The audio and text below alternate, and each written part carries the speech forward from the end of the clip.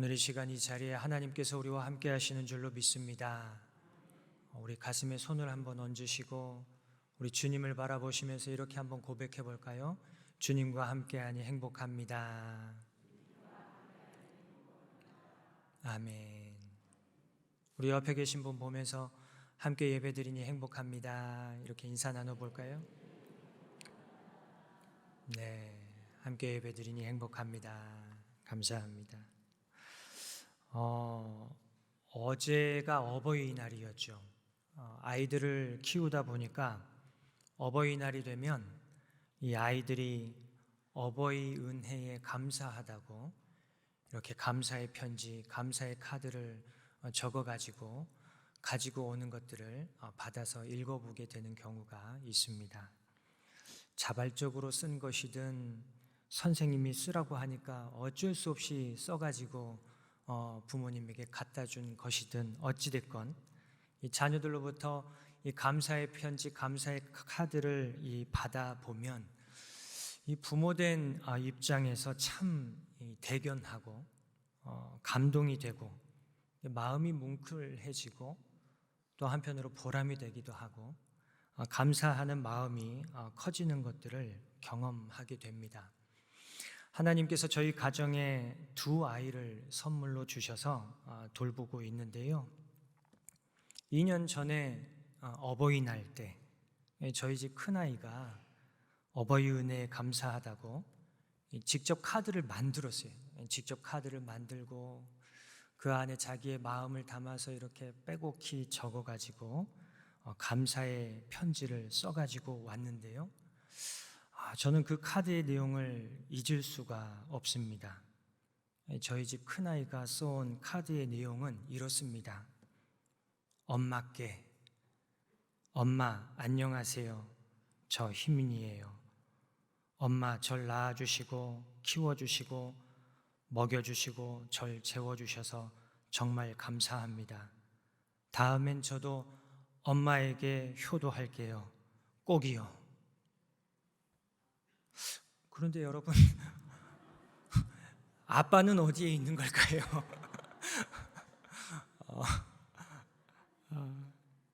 어버이 은혜에 감사하면 당연히 아빠도 좀 들어가야 되지 않을까요? 아빠는 어버이가 아닌가요? 2년 전 어버이날에 이 카드를 받아서 읽으면서 정말 복잡한 생각들이 머리를 스쳐 지나갔습니다. 제가 우리 아이들에게 뭔가 잘못한 게 많은 건가? 우리 아이들에게 아빠라는 존재는 도무지 없는 것인가?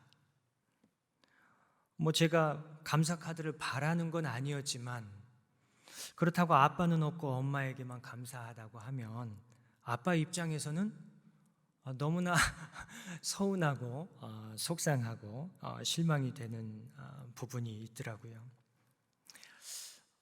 여러분의 가정에서는 어떻습니까? 여러분의 가정에서 아빠의 존재, 아버지의 존재는 어떠신가요? 요즘 시대를 여성 상위의 시대라고 이야기합니다. 어머니들의 이 존재감은 점점점 커지는데 그에 반해서 아버지의 자리는 점점 줄어드는 모습들이 심심치 않게 발견하게 됩니다. 뭐가 그렇게 바쁜지 집에는 잘 들어오지도 않고 가족들은 별로 돌보지도 않는 것 같고 어쩌다 오랜만에 집에서 마주치면 이 꼰대처럼 잔소리나 해대고 사람 귀찮게 하고 도무지 말이 통하지 않고 대화가 잘 되지 않아서 별로 마주치고 싶지 않은 그런 사람이 혹시 여러분의 가정의 아버지는 아닌지요? 한 가정의 아버지로서 뭔가 좀 이런 서글픈 마음들이 들면서 이렇게 성경을 읽고 있는데 이 성경을 읽다가 제가 깜짝 놀랐습니다. 오늘 본문 16절인데요. 이렇게 말씀하고 있어요. 주는 우리 아버지시라. 아브라함은 우리를 모르고 이스라엘은 우리를 인정하지 아니할지라도 여호와여 주는 우리 아버지시라. 누가 아버지라고 말씀해요? 우리의 주인 되시는 여호와 하나님께서 우리의 아버지가 되신다. 이렇게 말씀하고 있습니다. 이 말씀을 읽으면서 이 어버이 은혜에 대한 감사의 카드로 뭔가 서글프고 섭섭해진 제 마음이 굉장한 위로가 되는 듯한 느낌을 받았습니다.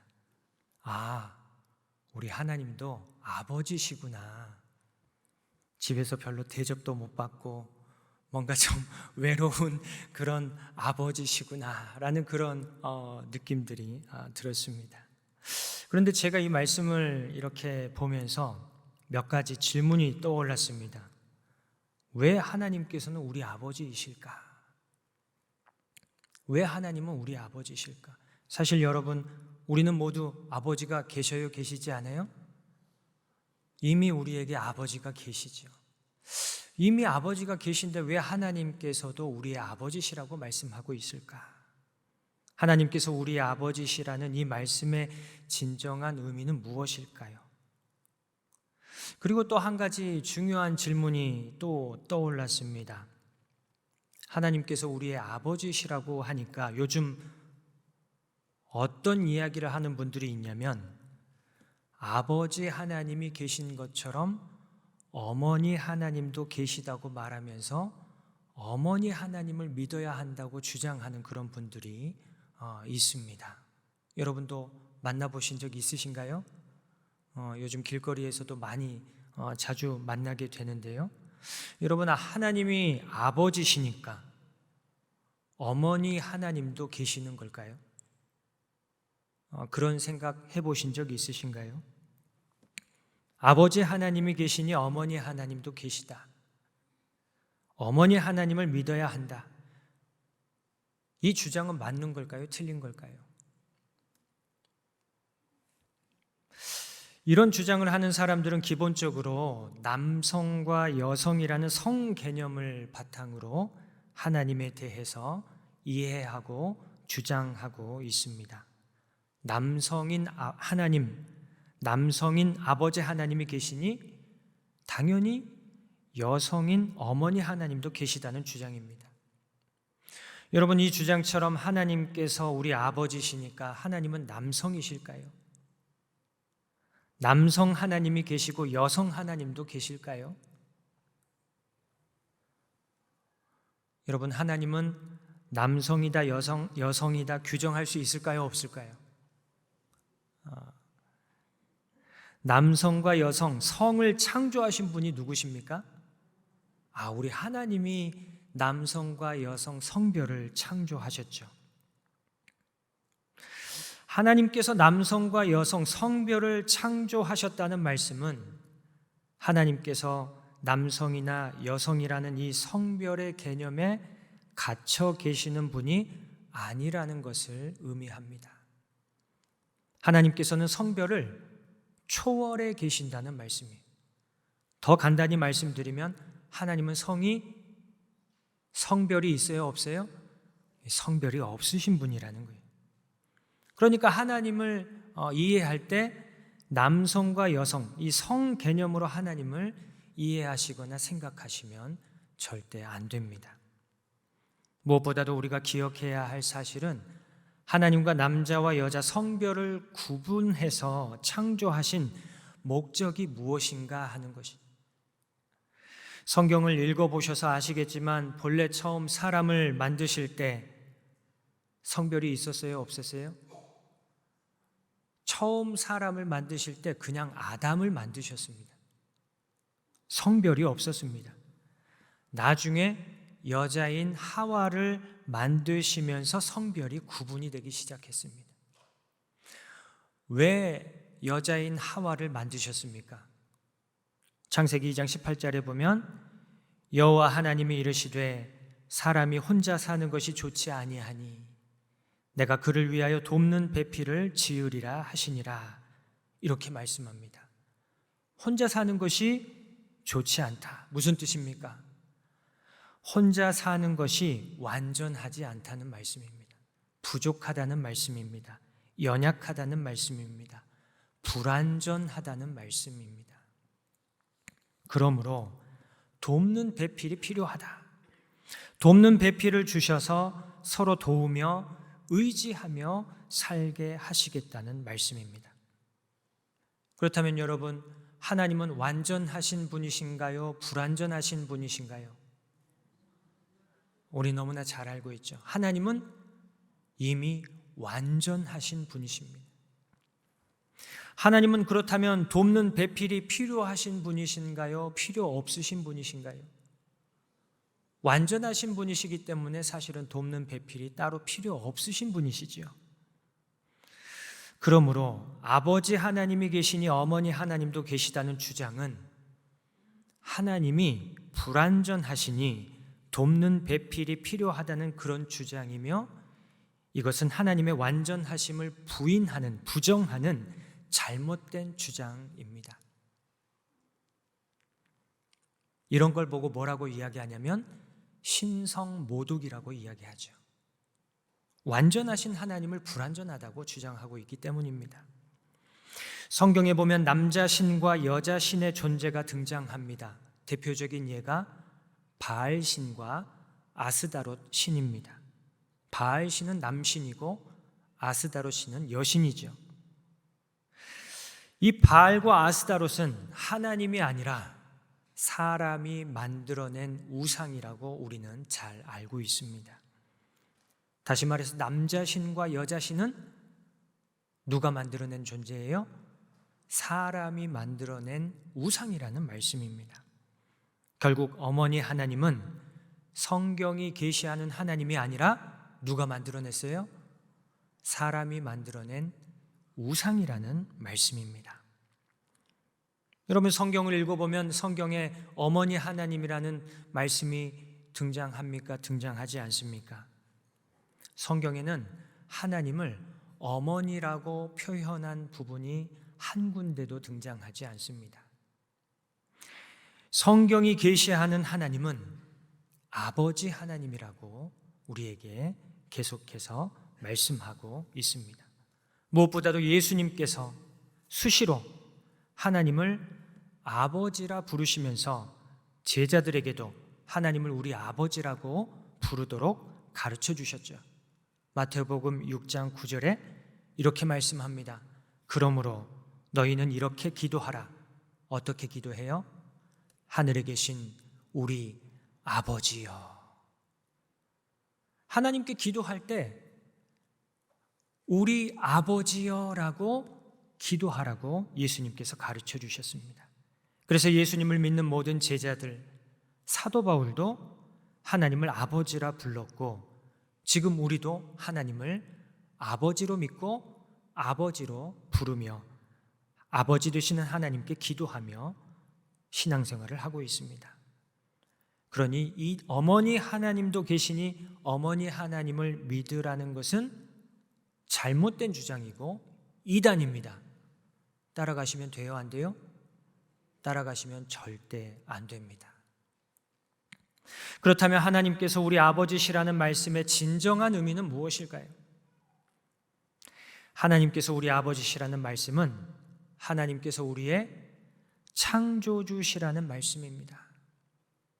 하나님께서 우리 아버지시다. 하나님께서 우리를 지으신 분이시라는 말씀입니다. 오늘 본문의 다음 장인 이사야 64장 8절에 보면 이렇게 말씀합니다. 그러나 여호와여, 이제 주는 우리 아버지시니이다. 우리는 진흙이요 주는 토기장이시니 우리는 다 주의 손으로 지으신 것이니이다. 우리는 다 누가 지으신 것이에요? 하나님의 손으로 지음을 받은 존재다. 이렇게 말씀하고 있어요. 하나님께서 우리 아버지시다. 이 말씀은 하나님께서 우리를 지으신 우리의 창조주이시고 우리는 하나님의 피조물이다 라고 하는 의미입니다. 하나님께서는 우리 사람을 하나님의 형상대로 하나님의 모양을 따라 창조하셨습니다. 우리 사람의 존재의 뿌리, 존재의 근원이 하나님이시며 사람은 하나님의 피조물이다 라는 그런 말씀입니다. 또 하나님께서 우리 아버지시라는 말씀은 하나님께서 우리를 끝까지 책임져 주시는 구속자이시라는 말씀입니다. 오늘 본문인 이사야 63장 16절에 보면 이렇게 말씀하고 있습니다. 주는 우리 아버지시라. 아브라함은 우리를 모르고 이스라엘은 우리를 인정하지 아니할지라도 여호와여 주는 우리의 아버지시라. 옛날부터 주의 이름을 우리의 구속자라 하셨거늘. 아브라함은 우리를 모르고 이스라엘은 우리를 인정하지 아니할지라도, 이게 무슨 말씀이냐면 우리의 조상, 우리의 부모는 우리를 버리고 모른다 할지라도 라고 하는 의미입니다. 요즘 자기 자녀를 학대하고 자기 자녀를 내팽개치고 버리고 모른 채 하는 부모들이 종종 매스컴을 통해서 이야기됩니다. 너무나 안타까운 현실이죠. 그런데 그렇게 육신의 조상, 육신의 부모는 우리를 버려버리고 우리를 모른다고 하는 그런 일들이 있지만, 그럼에도 불구하고 끝까지 우리를 책임지시는 우리의 구속자 여호와 하나님만큼은 창조 때부터 지금까지 앞으로도 영원토록 변함없이 우리를 사랑하시고 끝까지 책임져 주시는 아버지가 되시며 우리를 구원해 주시는 구속자가 되신다라고 말씀하고 있습니다. 창조 때부터 구속자이신 우리의 아버지 하나님은 당신의 피조물인 우리를 결코 모른 채 하지 않으시고 끝까지 책임지시고자 어떠한 상황에서도 모든 것을 아낌없이 내어주시는 구속자가 되시고 아버지가 되신다는 말씀이에요. 그래서 아버지 되시는 하나님께서는 우리를 구속하시기 위해 누구까지도 내어주셨어요. 독생자이신 예수님까지도 십자가에 아낌없이 내어주셨습니다. 무엇보다도 하나님께서 우리 아버지시라는 말씀은 하나님께서 우리를 하나님의 자녀 삼아 주셨다는 말씀입니다. 사도 바울은 로마서 8장 15절에 이렇게 말씀합니다. 너희는 다시 무서워하는 종의 영을 받지 아니하고 양자의 영을 받았으므로 우리가 하나님을 아빠, 아버지라 부르짖느니라. 여러분, 종의 영은 어떤 영입니까? 종의 영은 죄의 영입니다. 사망의 영입니다. 바로 악한 사단의 영입니다. 반면에 양자의 영은 어떤 영입니까? 거룩하신 아버지의 영이요 거룩하신 아들의 영이신 성령 하나님을 의미합니다. 우리는 무서워하는 종의 영을 받지 아니하고 양자의 영을 받았다고 말씀합니다. 여러분, 어떤 사람이 종의 영을 받지 않고 양자의 영을 받을 수 있습니까? 여러분 잘 아시는 말씀이죠. 요한복음 1장 12절에 영접하는 자, 곧 그 뜻대로 부르심을 입은 자들에게는 하나님의 자녀가 되는 권세를 주셨느니라 말씀하고 있습니다. 예수님을 영접한 사람에게는 죄와 사망의 영, 종의 영이 아닌 양자의 영, 하나님의 자녀가 되는 영, 성령 하나님을 허락해 주시고 하나님의 자녀가 되는 권세를 주셨다고 말씀합니다. 본래 우리는 죄의 노예였습니다. 사망의 종이었습니다. 이미 죽은 존재들이었습니다. 그런 우리에게 구원의 길을 열어주시고 예수 그리스도를 통해 양자의 영이신 성령 하나님을 허락하여 주심으로 하나님의 자녀가 되는 은혜를 베풀어 주셨습니다. 이제는 더 이상 우리를 종이라고 하지 아니하고 하나님의 자녀라고 말씀한다고, 예수님의 친구라고 칭해 주신다고 성경은 우리에게 말씀합니다. 예수님을 구주로 영접한 우리는 하나님의 자녀가 되어 하나님을 무엇이라고 불러요? 아빠, 아버지라고 부르짖게 하셨다라고 말씀합니다. 사랑하는 여러분, 우리는 지금 하나님을 아버지로 모시고 있습니까? 여러분에게 하나님은 정말로 아버지이십니까? 우리는 오늘 이 시간 그걸 한번 깊이 생각해 보면 좋겠어요. 나는 지금 하나님을 정말로 아버지로 모시고 있는가? 하나님께서 우리의 모든 것을 창조하신 창조주이시며 나는 하나님께서 지으신 피조물이라고 하는 사실을 분명하게 인정하고 있으십니까? 하나님께서는 우리를 끝까지 책임지시기 위해 독생자 예수님까지도 아낌없이 내어주신 구속자이시며 우리를 끝까지 책임져 주시는 아버지 하나님의 은혜에 감사하며 살고 계십니까? 하나님의 자녀로서 아빠 아버지이신 하나님과 친밀한 관계를 맺고 계십니까? 혹시 여러분 하나님의 아버지 되심을 무시하며 하나님을 불편하게 생각하고 하나님과 점점 더 멀어져서 하나님을 외롭게 만들고 계시지는 않습니까? 하나님께서 내 아들 내 자녀라고 칭해 주셨던 이스라엘은 하나님을 아버지로 여기지 않고 아버지 하나님을 귀찮게 여기며 하나님을 거부하고 하나님을 떠나가 버렸습니다. 하나님을 아버지로 대접해 드리지 않고 무시해 버림으로 하나님을 외롭고 고독한 하나님으로 만들어 버렸습니다. 그 결과가 무엇입니까? 그 결과가 바로 이방 민족에게 멸망당하고 포로 생활이라고 하는 고난과 노역의 생활에 처하게 된 것입니다.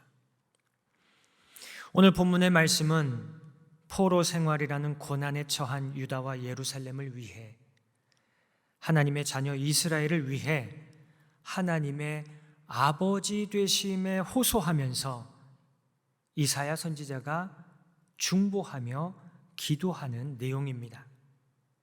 하나님은 우리의 아버지시니 이스라엘의 아버지시니 포로 생활 중에 있는 이스라엘을 불쌍히 여기시고 아버지의 자비와 사랑을 베푸셔서 구속해 주옵소서. 이스라엘을 구원하여 주옵소서. 결국 오늘 말씀은 아버지 하나님의 피조물이요 자녀로서 우리의 아버지 되신 하나님과 올바른 관계, 친밀한 관계를 회복하는 것이 중요하다고 교훈하고 있습니다. 여러분, 어떻게 하면 아버지 되시는 하나님과 우리가 올바른 관계, 친밀한 관계를 회복할 수 있을까요? 나를 여전히 변함없는 사랑의 눈으로 바라보시고 나를 안아주고 계시는 그 아버지의 마음, 아버지의 사랑을 올바로 이해하고 알아가는 것이 필요합니다. 아버지의 마음, 아버지의 사랑, 바로 부모님의 마음, 부모님의 사랑이죠. 여러분, 언제 우리가 부모님의 마음, 부모님의 사랑을 알게 됩니까? 자녀를 낳아서 기르는 부모가 되었을 때, 그래서 자녀를 길러볼 때, 그때 부모님의 마음, 부모님의 사랑을 이해하게 되고 아버지의 마음, 아버지의 사랑을 조금씩 알아가게 됩니다. 나이에 따라서 아버지에 대한 생각이 달라진다고 합니다. 4살이 되었을 때에는 아빠는 뭐든 할 수 있어 라고 생각한다고 합니다. 7살이 되면 아빠는 아는 것이 많아 이렇게 생각한다고 합니다. 그런데 12살이 되면 생각이 조금씩 바뀌기 시작합니다. 아빠는 그것도 몰라? 그리고 14살이 되면 아버지에 대해 세대 차이가 나서 같이 못 어울리겠다고 이야기합니다. 20대 중반이 되면 아버지에게 옛날 이야기 좀 그만하세요. 지금 시대가 어느 시대인데 지금 언제적 이야기를 하고 계세요. 호랑이 담배 물던 시대 이야기 이제 그만하세요. 아버지에게 핀잔을 준다고 합니다. 그런데 40대가 되면 철이 들기 시작해요. 아버지께서 우리 키우시느라 참 힘드셨겠구나. 그리고 60대가 되면 내가 왜 아버지께 좀 더 잘해드리지 못했을까? 내가 왜 그때 아버지에게 그런 말을 했을까? 후회하면서 불효자는 옵니다 노래를 부른다고 합니다. 여러분은 지금 어느 시절을 보내고 계십니까? 아버지의 마음, 아버지의 사랑을 알아가는 것을 다른 말로 철이 든다고 합니다. 여러분, 우리의 신앙도 마찬가지입니다. 우리의 신앙도 철이 들어야 합니다. 철이 든 신앙은 다른 게 아닙니다. 아버지 되시는 하나님의 마음을 알아가고 아버지 되시는 하나님의 그 사랑을 이해해 가는 것이 바로 우리의 신앙이 철이 들어가는 것이라고 합니다. 하나님을 더 많이 알아가는 것이죠. 오늘 이사야의 말씀을 보면 철이 든 신앙, 성숙한 신앙의 구체적인 모습을 두 가지로 우리에게 가르쳐 줍니다.